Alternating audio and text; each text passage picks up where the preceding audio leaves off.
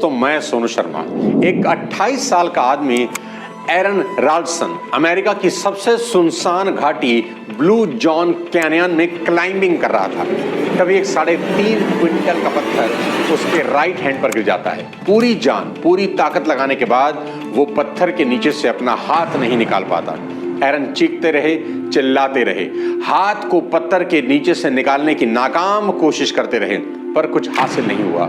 और ऐसा करते करते 126 घंटे बीत गए। अब जब उनके पास खाना और पानी सब खत्म हो गया, मौत सर पर आकर खड़ी हो गई, तब एरन ने एक बार फिर से उस पत्थर को देखा।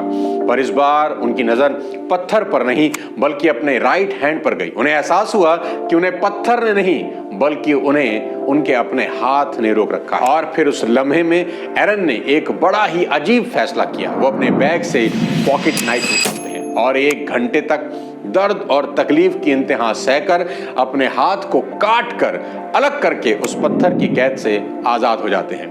126 घंटे तक मदद और चमत्कार की राह देखने के बाद 127वें घंटे में उन्हें समझ में आया कि समस्या पत्थर नहीं बल्कि उनका अपना हाथ है, जिसकी वजह से वो एक जगह अटक गए हैं और आगे नहीं बढ़ पा रहे। इसी तरह आपको आपकी खुद की कुछ बेहद खतरनाक आदतें आगे बढ़ने से रोक रही हैं। इन आदतों ने सालों से आपको वहीं रोके रखा है। आज उन्हें अपने से काट कर अलग करने का वक्त आ गया है। आज के इस बेहद कमाल के वीडियो में मैं आपको आपकी ऐसी 5 आदतों के बारे में बताने जा रहा हूं जिन्होंने आपको आगे बढ़ने से रोक रखा है, आपकी हैंड ब्रेक लगा रखी है। अगर आप चैनल पर नए हैं तो चैनल को सब्सक्राइब करके बेल आइकन दबा दें ताकि मेरी अगली कोई वीडियो आपसे मिस ना हो। सबसे पहली आदत जिसने आपके पैरों में ब्रेक लगा रखी है वो ये है कि हम सोचते हैं कि कोई आएगा जो हमारी मदद करेगा और हमें मुसीबत से निकाल देगा। मदद का इंतजार मत करना मेरे दोस्त, क्योंकि कंधे की जरूरत मुर्दों को होती है, जिंदा लोगों को नहीं। जो जिंदा हैं वो रेंगते हुए सही पर चलते रहते हैं। पर आज के सेल्फिश दौर में जो लोग मदद और सहारे का इंतजार करते हैं उनकी जिंदगी खत्म हो जाती है, पर मदद का इंतजार खत्म नहीं होता। 1937 में जापान के एक साइकिल के मैकेनिक ने पाई पाई जोड़कर खुद की पिस्टन रिंग बनाने वाली कंपनी तोकाया सीकी शुरू की। थोड़े वक्त में उसने अपने क्लाइंट की लिस्ट में टोयोटा जैसी बड़ी कंपनियों को जोड़ लिया। कुछ ही सालों में वो 2 बड़ी फैक्ट्री का मालिक बन गया। पर सेकेंड वर्ल्ड वॉर में जापान पर जब अमेरिका ने बम गिराया तो उसकी एक फैक्ट्री पूरी तरह तबाह हो गई। उसने सोचा कि चलो एक तो बची है अपने पास, उससे काम चल जाएगा। पर अगले साल भूकंप में दूसरी फैक्ट्री भी तबाह हो गई। फैक्ट्री को रीबिल्ड करने के लिए अब उसे पैसों की जरूरत थी। वो अपने आसपास के लोगों से वही मदद की भीख मांगता रहा, पर डूबते जहाज से तो चूहे भी कूद भागते हैं। नतीजन कोई मदद नहीं मिली। दुनिया भर की ठोकरें खाने के बाद उसे यकीन हो गया कि जो करना है खुद करना है और अपने पैर का कांटा खुद ही निकालना होगा। तो उसने अपनी पुरानी फैक्ट्री की बची हुई मशीनों को बेचकर उन पैसों से साइकिल पर मोटर फिट करके बेचने लगा। थोड़ा बहुत मुनाफा हुआ। धीरे धीरे उसने इस छोटे से काम को मोटरसाइकिल बनाने की फैक्ट्री में कन्वर्ट कर दिया। और इतिहास गवाह है कि जब कोई इंसान मदद और सहारे की उम्मीद छोड़कर खुद कुछ करने की ठान लेता है तो दुनिया की कोई ताकत उसे रोक नहीं पाती। और ठीक ऐसा ही हुआ। बर्बादी की चिता पर लेटे हुए उस आदमी ने अपने दम पर 35,000 करोड़ की कंपनी खड़ा कर दी। और उस आदमी का नाम था सोइचाइरो होंडा, जिसकी कंपनी को आज पूरी दुनिया होंडा के नाम से जानती है। इसलिए इस इंतजार में कभी मत बैठना कि कोई आएगा और तुम्हें नदी पार कराएगा, बल्कि तैरना सीखना, अपनी नाव खुद बनाना और गहरे पानी में बिना डरे उतर जाओ और पूरी दुनिया जीत लेना। और मेरी बात याद रखना कि अपने पैर का कांटा खुद ही निकालना पड़ता है। दूसरी आदत जो आपको आगे बढ़ने से रोक रही है और कुछ नया नहीं करने दे रही वो ये सोचना कि अगर मैं फेल हो गया तो क्या होगा। मैं आपको बता दूं कुछ नहीं होगा, इसलिए उठो और आगे बढ़ो। दुनिया के सारे नाकाम लोगों की नाकामी की सबसे बड़ी वजह यह है कि वो कामयाबी की गारंटी तलाशते रहते हैं। वो एक ऐसी नौकरी, एक ऐसा काम करना चाहते हैं जिसमें सफलता की 100% गारंटी हो, जबकि हर सफलता की इमारत की बुनियाद असफलता ही होती है। जिस तरह क्रिकेट की दुनिया में सचिन तेंदुलकर को महानतम माना जाता है, कुछ उसी तरह का रुतबा बास्केटबॉल में माइकल जॉर्डन का है। पर एक बार उन्होंने कहा था कि मैंने अपने करियर में 9000 शॉट्स मिस किए, 300 से ज्यादा गेम हार गया, 26 बार मैंने ऐसे शॉट मिस किए जो मेरी टीम की हार का कारण बने। पर आज मेरी कामयाबी, मेरे रुतबे की सबसे बड़ी वजह मेरे यही फेलियर।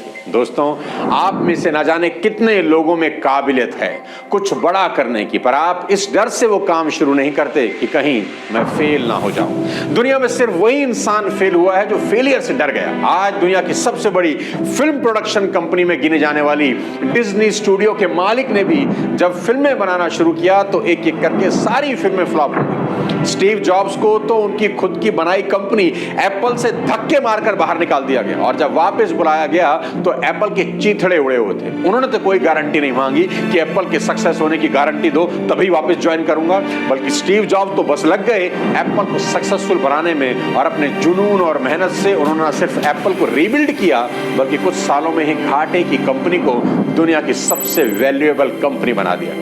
इसलिए साथियों, कभी फेल होने का सोचकर अपने कदम पीछे मत खींचना, क्योंकि फेलियर ही दुनिया का सबसे महंगा लेकिन सबसे जरूरी सबक होता है। इसलिए डरो मत, बस कर जाओ, क्योंकि इंसान कभी हारता नहीं, या तो जीतता है या फिर सीखता है। तीसरी गलत मेंटेलिटी जो इंसान को आगे बढ़ने से रोकती है, उसका यह सोचना कि मुझसे हो नहीं पाएगा, मेरे में कहां इतनी कैपेबिलिटी है। दोस्तों, दुनिया का उसूल और रिवाज यही है कि यह सबकी काबिलियत पर सवाल उठाती है। ऐसा कोई कामयाब इंसान नहीं हुआ जिसे पेट से निकलते ही कामयाब लोगों में गिना जाने लगा हो। याद रहे कि कामयाब लोग अस्पतालों में पैदा नहीं होते।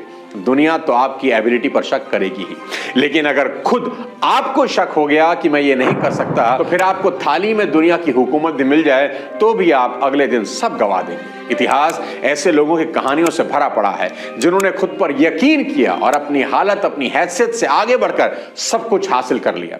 साल 1995 में फ्रांस के एक अखबार के एडिटर जीन डोमिनिक्यू को 43 साल की उम्र में गाड़ी चलाते हुए स्ट्रोक आया। 20 दिन वो कोमा में रहे। जब आंख खुली तो पता चला कि पूरे बदन को लकवा मार गया है, सिर्फ बाईं आंख की पुतली को छोड़कर। जीन की पूरी जिंदगी बस इस एक आंख के ही भरोसे थी। सबको लगा कि ये बेचारा क्या ही कर लेगा, पर जीन ने एक आंख की पुतली की मदद से किताब लिख डाली। किताब बेस्ट सेलर रही। 2007 में इस किताब पर फिल्म बनी। इस तरह अर्जेंटीना के एक बच्चे की हाइट नहीं बढ़ रही। माँ बाप अस्पताल लेकर गए तो मालूम हुआ कि बच्चे को ग्रोथ हार्मोन डेफिशिएंसी है, यानी नॉर्मल बच्चों की तरह उसकी बॉडी की ग्रोथ होगी ही नहीं। फिर भी वो लड़का फुटबॉल खेलना शुरू करता है और एक दिन अपने देश को 36 साल के बाद फीफा वर्ल्ड कप जिताता है। और आज उस लड़के को दुनिया फुटबॉल की दुनिया का गोट लियोनेल मेस्सी के नाम से जानती है। चाहे जीन हो या मेस्सी, दोनों को खुद पर भरोसा था। भले दुनिया कुछ भी सोच रही थी, और उस भरोसे की ताकत की वजह से आज पूरी दुनिया को उनकी काबिलियत माननी पड़ी, क्योंकि आपकी काबिलियत तब तक कोई नहीं मानेगा जब तक आप मनवा नहीं लेते। इसलिए ये कहने की बजाय मुझसे नहीं होगा, खुद से ये पूछना शुरू करो कि मुझसे क्यों नहीं होगा। आप अपनी जिंदगी का ही नहीं, दुनिया का भी इतिहास बदल कर रखते हैं। चौथी गलत मेंटेलिटी जो हमको बांधे हुए है, वो ये सोचना कि अगर आज तक सफल नहीं हुए तो अब कैसे हो जाएंगे, अब तो समय चला गया, अब तो वक्त बीत गया। कितने भी नाकाम लोग हों, सबकी जिंदगी में देर सबेर सहे एक लाइफ चेंजिंग अपॉर्चुनिटी जरूर आती है, पर सब एक कॉमन मिस्टेक करते हैं। अक्सर वो ये सोचकर कोशिश छोड़ देते हैं कि अब क्या फायदा, अब तो बहुत देर हो गई, अब तो हो ही नहीं सकता। जबकि मेहनत का बीज पेड़ बनने में समय भले ही ले, व्यर्थ कभी नहीं जाता। मुंबई का एक तेज गेंदबाज का सपना था कि वो भारत के लिए खेलें, पर 20 साल तक क्लब क्रिकेट खेलने के बाद भी नेशनल छोड़िए महाराष्ट्र की स्टेट टीम में भी जगह नहीं मिली। मजबूरन नौकरी करने लगा, पर क्रिकेट के लिए उसके सीने में प्यार जिंदा था, इसलिए क्लब के लिए खेलना नहीं छोड़ा। पर जब उम्र ज्यादा हो गई तो शरीर ने जवाब दिया, इसलिए मजबूरन उसे तेज गेंदबाजी छोड़कर स्पिन गेंदबाजी शुरू करनी पड़ी। पर सफलता वहां भी नहीं मिली, पर वो जी जान से लगा रहा। उम्र ने धीरे धीरे 40 का आंकड़ा पार कर लिया। इस उम्र में बड़े से बड़ा क्रिकेटर संन्यास ले लेता है, पर इस खिलाड़ी ने नहीं लिया।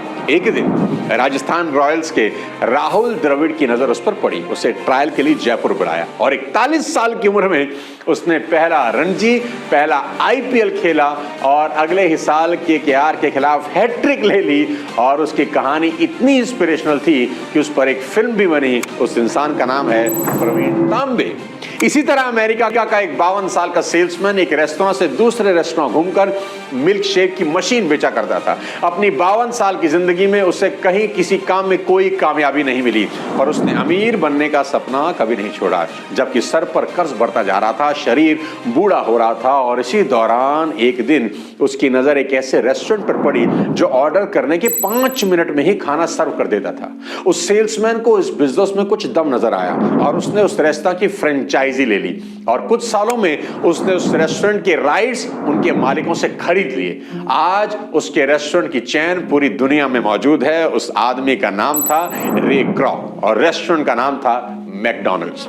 जब 41 साल की उम्र में प्रवीण तांबे और 52 साल की उम्र में रे क्रॉक ने कोशिश करना नहीं छोड़ा, तो आप कैसे अपनी छोटी सी उम्र में कोशिश करना छोड़ सकते हैं? तो आप कैसे अपने आज के हालात को अपनी नियति मानकर लड़ना छोड़ सकते हैं? इसलिए कोशिश करते रहिए, सीखते रहिए, फेलियर से, नुकसान से, गलतियों से, और दुनिया में एक मिसाल बन। पांचवी चीज जो किसी ना किसी को रोके हुए है वो है शारीरिक लिमिटेशन से घबरा जाना।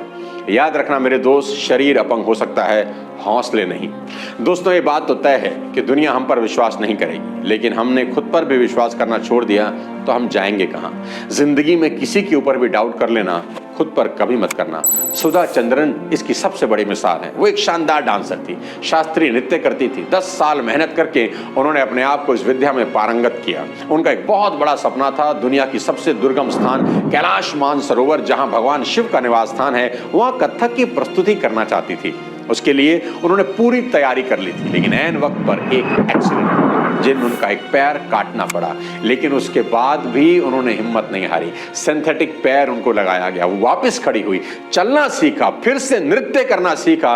8 साल तक एक असली और एक नकली पैर से मेहनत करी, और आखिरकार दुनिया की सबसे मुश्किल चढ़ाई कैलाश मानसरोवर पर पहुंच गई, और वहां उन्होंने भगवान शिव के लिए 2 घंटे तक नृत्य किया और अपना अधूरा सपना पूरा किया। आज बस खुद में ढूंढना है कि कहीं मेरे अंदर ये 5 मेंटेलिटी दीमक की तरह छिपकर तो नहीं बैठी, और इनमें से कोई भी अगर आपको दिख जाए, मिल जाए, उसे जड़ से उखाड़ कर खत्म कर दीजिए। याद रखना, कोई भी लक्ष्य इंसान के संघर्ष से बड़ा नहीं, हारा वही जो लड़ा नहीं। मुझे उम्मीद नहीं बल्कि पूरा यकीन है कि ये साल आपकी जिंदगी का वो 127वां घंटा साबित होगा जो आपको अब तक के 126 घंटे यानी बीते सालों का सारा हिसाब चुकता कर देगा। बस जरूरत है दूसरों में कमियां ढूंढने के बजाय खुद में कमियां ढूंढने की। अगर आपको लगता है कि आप इस साल ये कर सकते हैं तो कम साथ तब तक अपने स्वास्थ्य का ध्यान रखिए। जय हिंद।